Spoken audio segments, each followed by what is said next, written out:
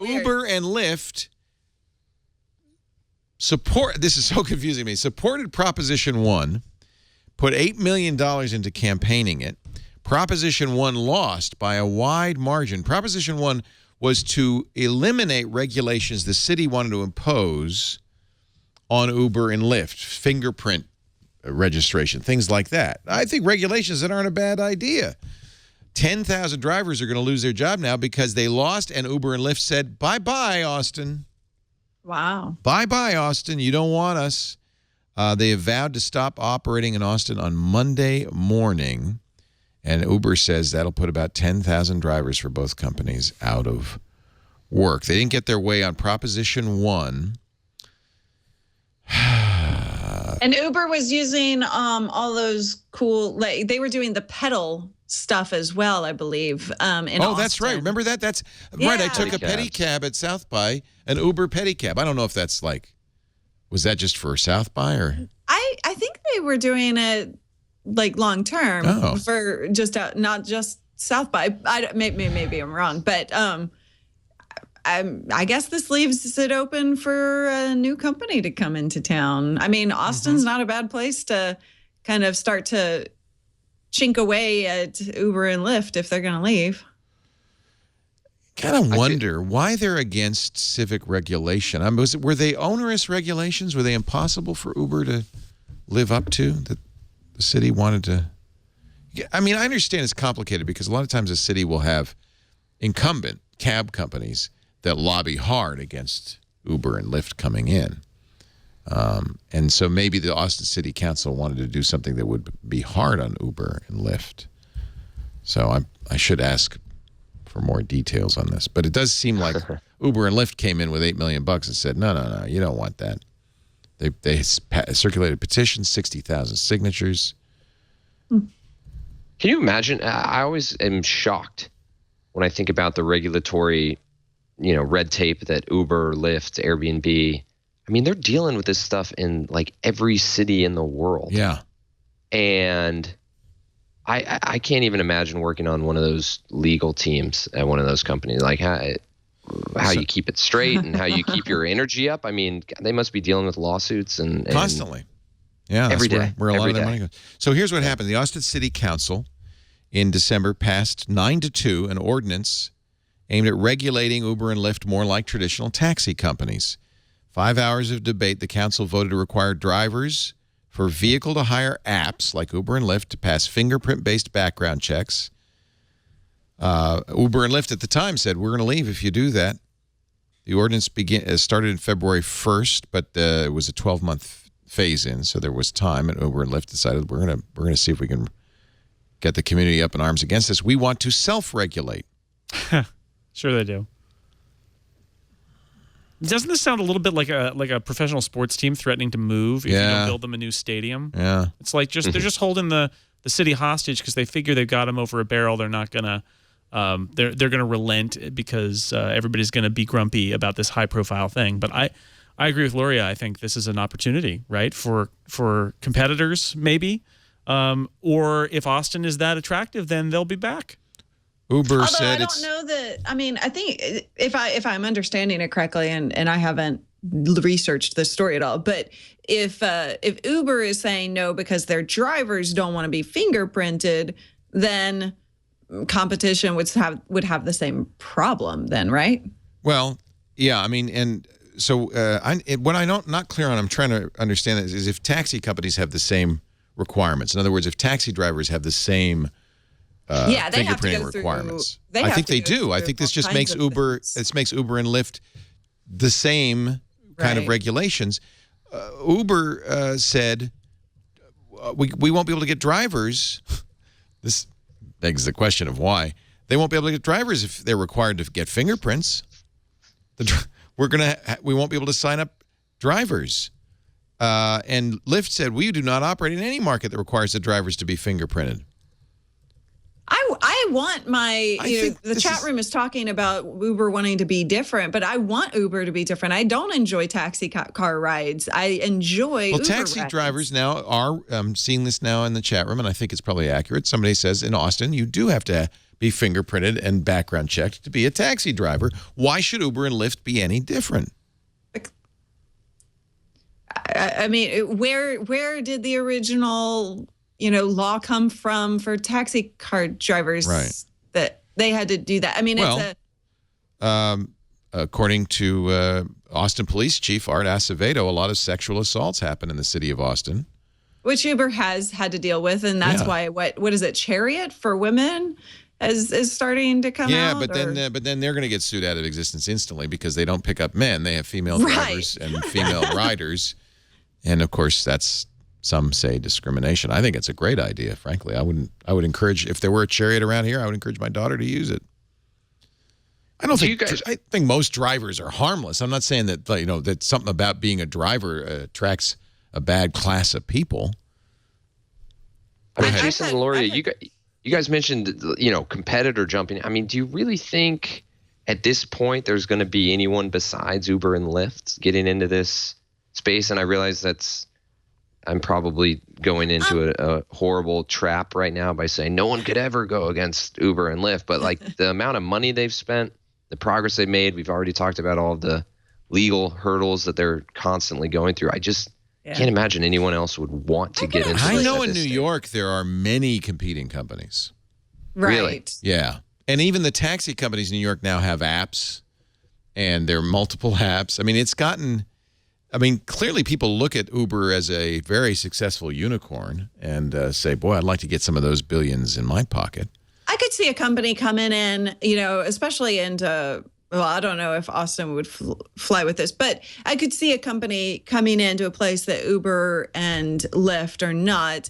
And if they focused on the customer service, customer safety issue, everybody is background checked. But at the same time, we're still better than taxis, and we our cars are clean. You're not going to get stinky, backseat rides. Like, I could actually see somebody coming in and doing that. I know that a lot of people have an issue with the fact that you don't know who you're getting with Uber. I've never had any types of problems, and I don't really walk in fear of doing that, right? Like, I'm not going to not do something just because I don't know who it is. I'm wondering if the issue is that Uber is attracting, given that these are border areas, undocumented immigrants who don't want to go through a background check because they can't, and but who would otherwise drive. Not that they're unsafe people. You couldn't get a license though, probably. Well, that's right. They have to have a driver's license. Right. Yeah, I would imagine. Uber uses and Lyft uses third-party background checks. The city of Houston, for instance, says we're not thrilled about these because they don't catch every criminal. In fact, Houston has required fingerprints, and there have been at least several cases where drivers who passed a background check were then incriminated by their fingerprint because their fingerprint was in a criminal database somewhere. So, it's a complex thing because there's also the issue of traditional yellow cab companies. Both Austin and Houston are limited in how many vehicles they can have, the medallion system. Right, and we deal with that in San Francisco, too, and that's why these companies are big in the Bay Area, because the city of San Francisco kind of blew it. There aren't very many cabs, and those medallions are, in New York, a medallion's worth $1 million. Right.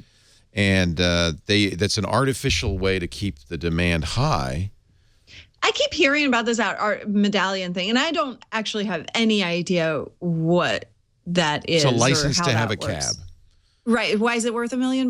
Because, it's not that the cab drivers are buying medallions, but investors buy medallions and have fleets of cabs. Because they're limited. There's a limited quantity, and it keeps it limited, and it keeps it more valuable because you don't want 1 million cabs on the street. There are other reasons. I mean, New York traffic is terrible, and I know some New Yorkers say it's because of all the Uber and Lyft vehicles, although there was a study commissioned by the city of New York that came out last couple of weeks ago that said, no, it's not Uber.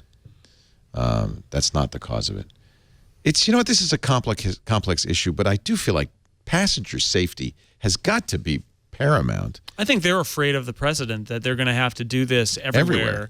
And so they'd rather at least threaten to walk away from a market. Although, again, if that market is worth it to them, one or both of them will come back to it, right? Yeah, they haven't left Houston, which also requires fingerprinting. And no one's sure why. Maybe it's a better market for them. I don't know. I'd be curious to know what the percentage of issues that both Lyft and Uber have had. I've heard that they have had issues, but I don't have any idea what percentage of people are complaining, or, is it a tiny percentage? Because it doesn't seem like a big issue. Do you feel afraid as a young woman? Do you feel afraid of taking I actually have been more scared in the back of a cab for my safety than I have with any Uber driver. Right. Like I have had tremendously good experiences with Uber versus cabs, and that's why I always choose that if I can. Yeah, I encourage my daughter to use Uber, actually, or Lyft. I just feel like they're. Yeah. I mean, I don't know what it is. It's just I think taxi cabs are so, ubiquitous and have been around for so long that there's no effort put into it, right? And that, I guess Uber could become that. Uber introduced competition. This is the classic case, right, of a kind of complacent industry where the cabs are ratty and the experience wasn't great, and then you can't get them because you got to hail them, and it's just, and along comes a company and comes up with a better way, an app, and somehow manages to get its drivers to drive nicer cars and be cleaner, and that's competition, and they won in that regard.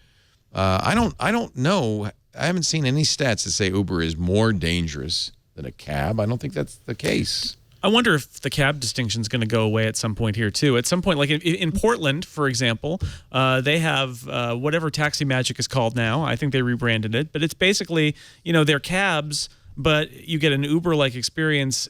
It's getting there in terms of ordering them. At some point, maybe all the cars are on demand with, this way, or most of the cars are that way. I could totally see that happening. Now, there are a lot of drivers. I talk to Uber drivers a lot, and some drivers hate Uber. Most drivers hate Uber.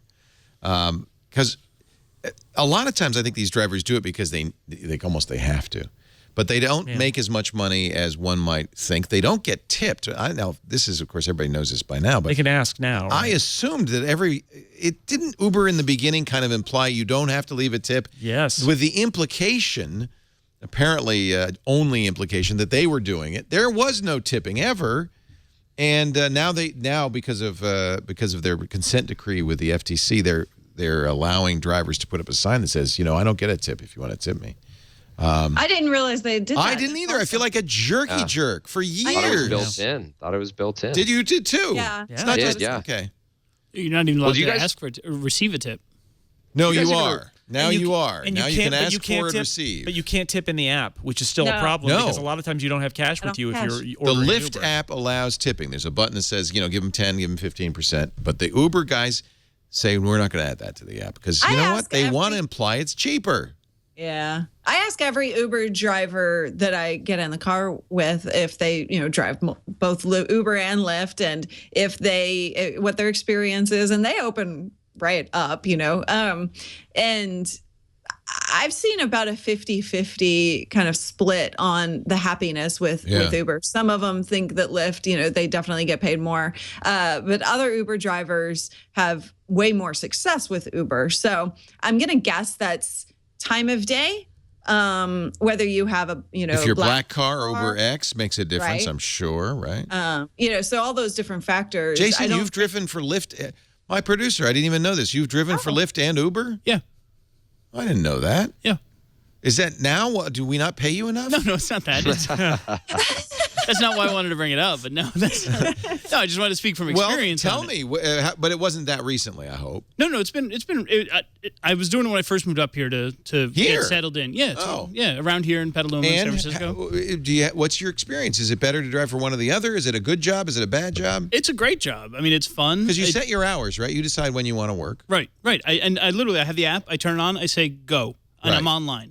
And I wait for a call, and I go out and I drive around. And, I could be sitting home playing Xbox, or I could be driving around making, a couple of bucks an hour. Yeah, see, that's not so bad. And I could work a weekend. Like I usually do the pub crawls, like Friday, Saturday nights from like Kotati down to here, and I'll make like $250. I never knew this about you. It's just fun. I'm sitting at home. Imagine if I'd called an Uber and you showed up. How would I feel? I think I actually drove your daughter once. Really? Yeah, I hope you said hi. Actually, I find it frustrating when there are not enough Ubers around. I really want them to be around. I like it. It's so convenient. I mean, I could go on the app right now and it would ping me in a second. Now, did anybody ever tip you? Uber people offered me tips. I'd always fight them, tell them no. I'm like, don't worry about it. It's just give me a good rating. Because rating's worth more than a tip. Rating is worth way more. I always give 5 stars. Always, even if you're crappy, I give you 5 stars. Wow. And then Lyft, I tried Lyft, but there's not that much demand for Lyft up here. Yeah, interesting. Yeah. One of my drivers told me that if somebody throws up in the back seat, or because you mentioned the pub crawls, if you have an accident. Okay, so they said that they paid for that cleanup. Is that correct? You pay for it outright, and then you file a claim, and they reimburse you. Yeah. Okay. I have doggy bags now. Hey, but you know what? You're doing God's work, because that person should not be behind the wheel. And the fact that you're taking them home is great. Right. Yeah. And that's why I like doing it. Yeah, that's one of the reasons I tell my daughter, I don't want my daughter behind the wheel at any time. Yeah. Let alone when she's drunk. But any time. Yeah. She's 24. She's old enough to have a beer or two. And I've got that van, so when I pick up on Friday nights for the from Sonoma State, I've got music playing in there. It's fun. It's fun. Yeah. Yeah. I've had great conversations actually with Uber and Lyft drivers. Lyft A Motion in the chat says that Lyft actually pays faster. Yes. I don't know if that's true, but okay. Yeah. Awesome. Do you guys remember the very beginning of Sidecar when everything was donation based? I don't know if you guys ever did that. That didn't work too well, did it? No, I mean, it didn't last very long. But I remember being in San Francisco and literally driving around, and it would just say, we recommend you give them $10, and I could give them anything I wanted, but really. See, you are the kind of guy, and I think I am too, where we would give them more than the minimum. Those are the sharing economy days, though, right? Where the idea was, we're all sharing our cars instead of, no, I'm paying for a service. There's a lot of dopes who would say, oh, good, I can give you $5 then, and would do that. Oh, yeah. I'd always ask, how often do you get stiffed? And each driver had, I'd say maybe once or twice a night they'd drive someone. Can you imagine driving someone and they just get out and they don't pay you at all? I don't have to pay you. This is the sharing economy. No wonder it didn't work. Thank you for sharing.